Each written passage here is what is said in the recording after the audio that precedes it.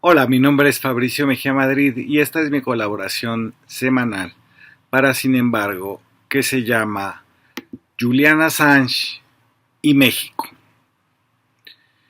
Julian Assange salió libre tras 14 años en Gran Bretaña. Debió declararse culpable. Tiene que pagar $500,000 por el avión que lo llevó a una isla mariana del Pacífico del Sur, cerca de su país natal, Australia.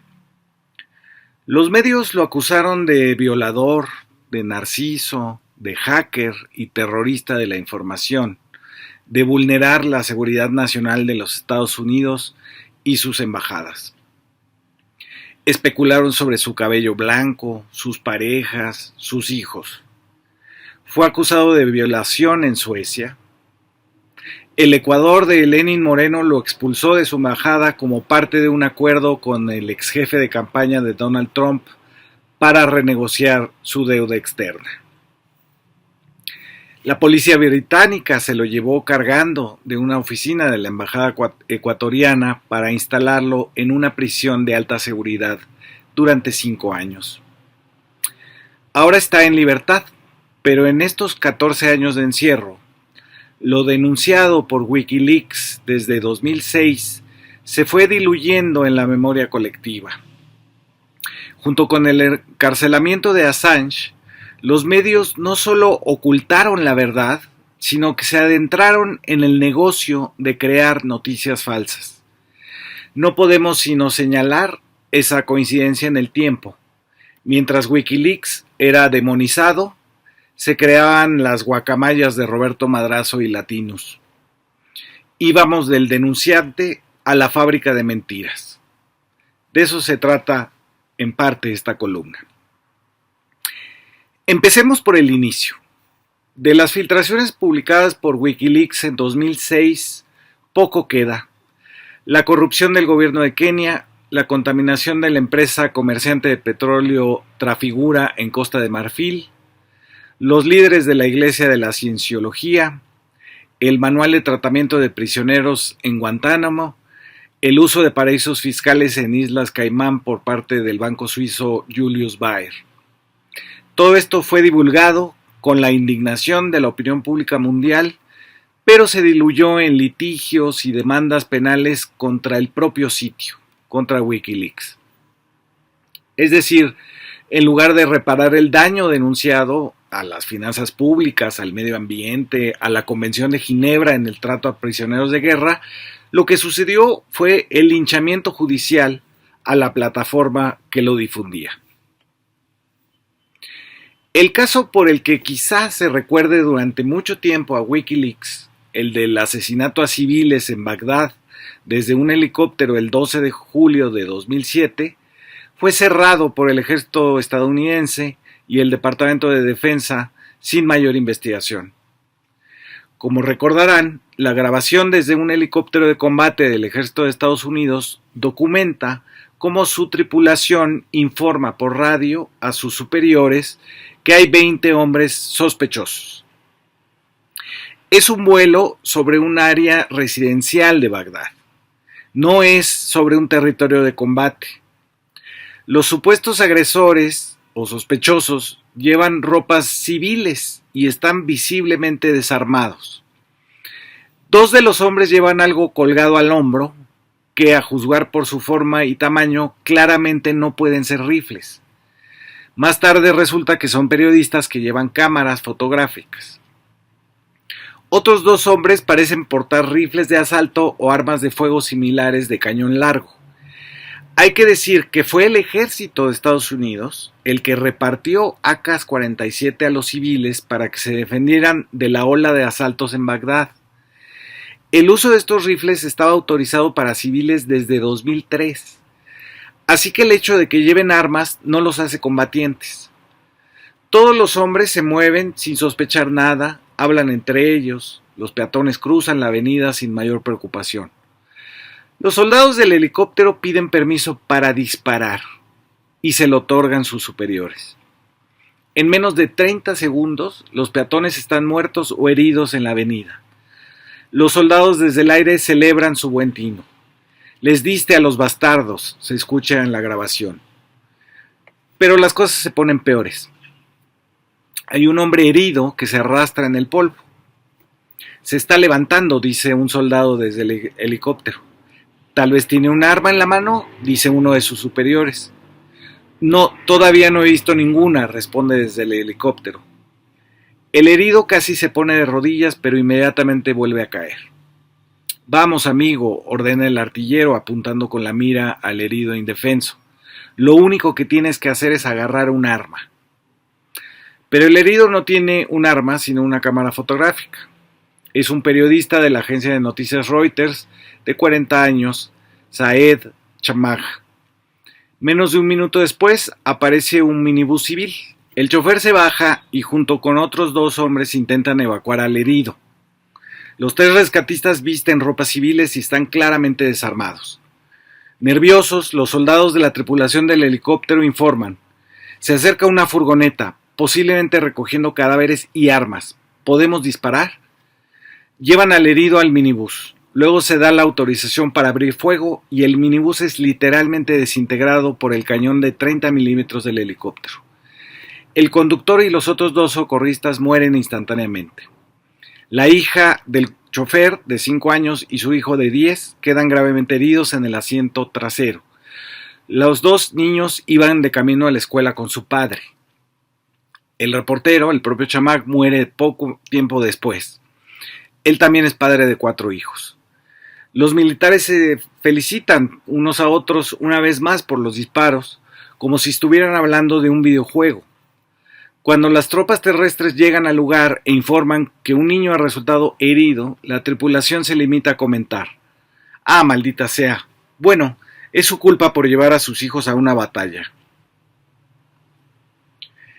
Esa fue la grabación que Julian Assange presentó en el Club de Periodistas de Washington el 5 de junio de 2010, es decir, 3 años después de ocurrido el asesinato de civiles por parte del ejército estadounidense.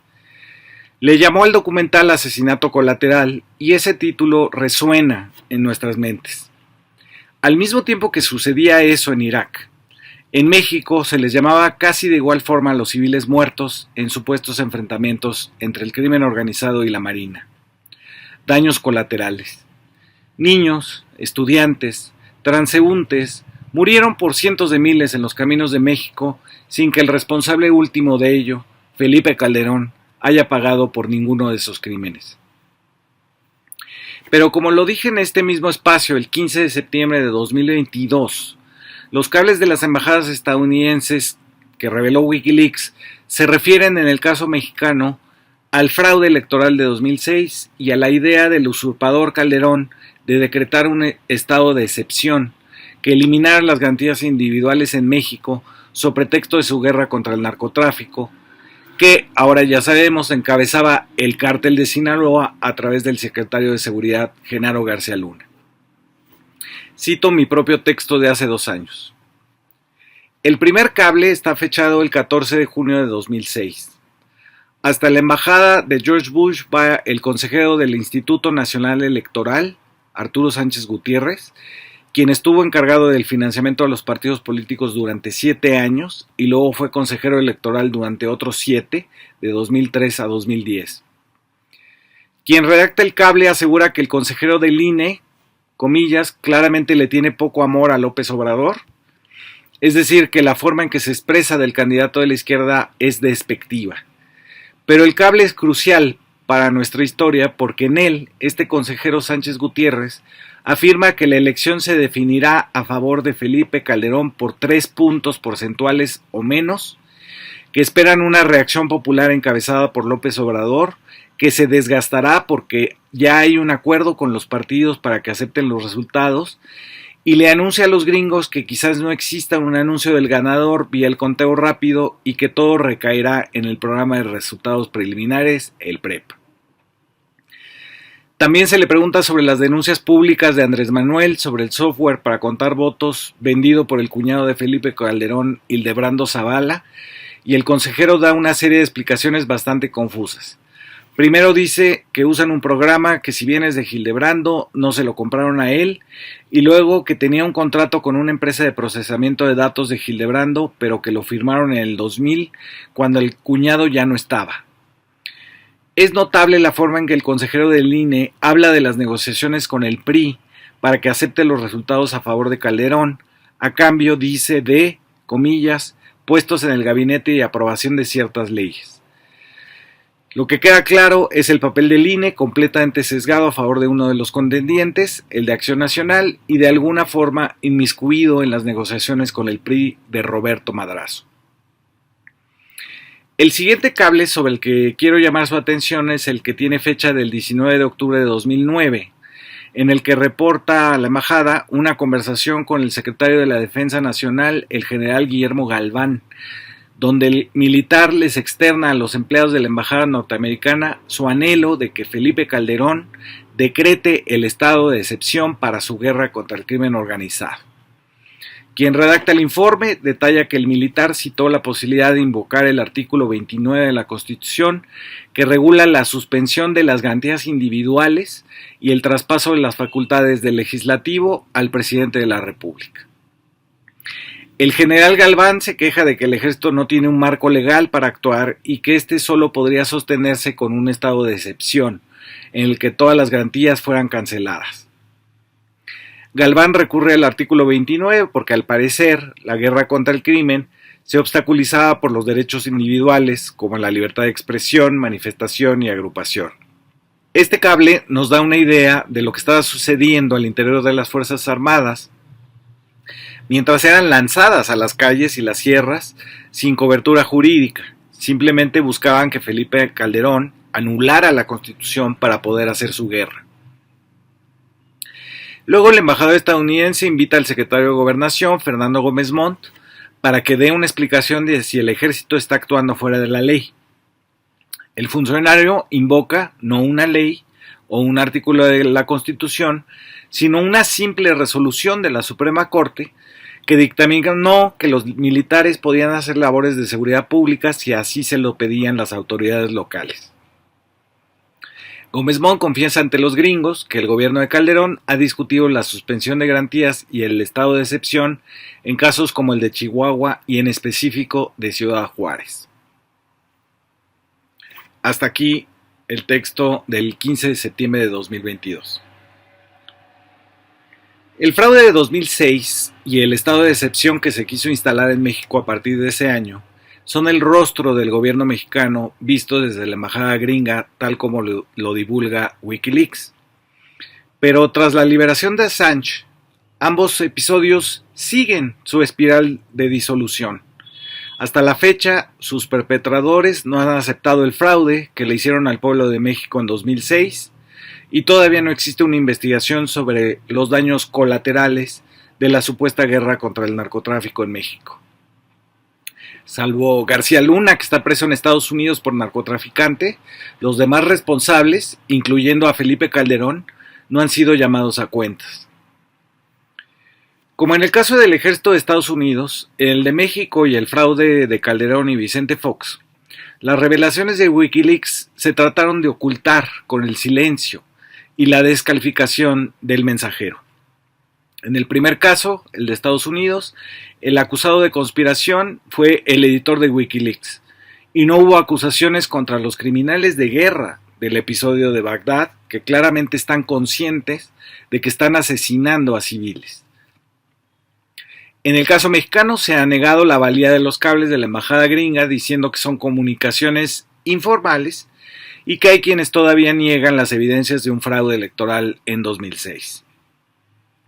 A ambos casos, el de Irak y el de Calderón, les quedó chico el lema de Wikileaks: si la guerra puede empezar con una mentira, se puede detener con la verdad. Wikileaks fue una de las primeras plataformas de divulgación de información clasificada que se obtenía de denunciantes que la filtraban de forma anónima. Usó a los diarios corporativos como el New York Times, Der Spiegel, The Guardian o El País para obtener una cobertura institucional, aunque estos mismos medios, beneficiarios de la información clasificada, no movieron muchos dedos para liberar a Julian Assange. De hecho, algunos de estos medios, al final, ya con Assange detenido, se hicieron cómplices de la retórica de la seguridad nacional y aquello de que ese tipo de periodismo era en realidad espionaje. El caso de la persecución en contra de Julian Assange surtió el efecto mediático deseado. Hemos olvidado que los verdaderos criminales eran los funcionarios públicos. La impunidad de los ejércitos, los políticos, los medios corporativos quedó evidenciada en esta persecución contra un solo hombre que creyó en que nada debe de ser confidencial si afecta a los ciudadanos. Se le tachó de violentar la confidencialidad de las naciones y de poner en riesgo a los funcionarios que habían sido captados cometiendo delitos de fraude, corrupción o asesinato. Se le demonizó y aisló de la propia opinión pública. O peor, los supuestos periodistas que viven de los montajes y las noticias falsas se compararon con Julian Assange. Pero me parece que todo este episodio puede ser descrito entre verdad y mentira. Mientras muchos de los mayores medios globales no solo han ocultado, por ejemplo, el genocidio israelí en la Franja de Gaza, han fabricado noticias, luego desmentidas, de supuestas decapitaciones a niños por parte de los palestinos. Han hecho pasar por víctimas a los victimarios. Decir la verdad en estos años se convirtió en un delito. Fabricar mentiras se premia. Nadie que haya dicho la verdad es millonario. Todo el que vende montajes y manufactura noticias falsas goza de casas con alberca. Al menos ya Assange está libre, aunque sospecho que muy endeudado. Muchas gracias por escuchar.